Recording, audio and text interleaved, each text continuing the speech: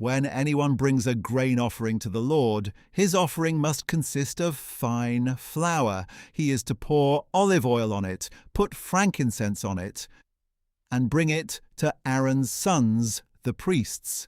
The priest shall take a handful of the flour and oil, together with all the frankincense, and burn this as a memorial portion on the altar, a food offering, a pleasing aroma to the Lord.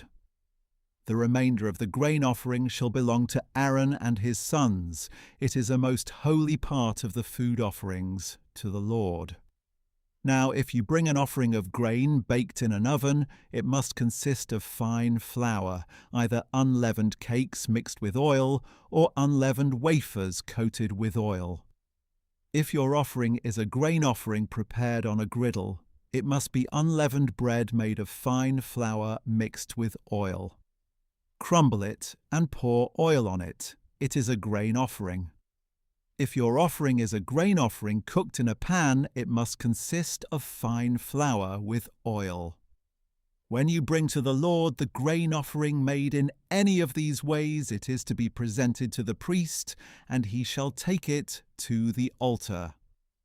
The priest is to remove the memorial portion from the grain offering and burn it on the altar as a food offering, a pleasing aroma to the Lord.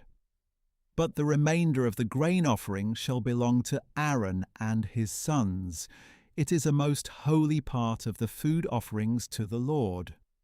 No grain offering that you present to the Lord may be made with leaven, for you are not to burn any leaven or honey as a food offering to the Lord. You may bring them to the Lord as an offering of first fruits, but they must not go up on the altar as a pleasing aroma. And you shall season each of your grain offerings with salt. You must not leave the salt of the covenant of your God out of your grain offering.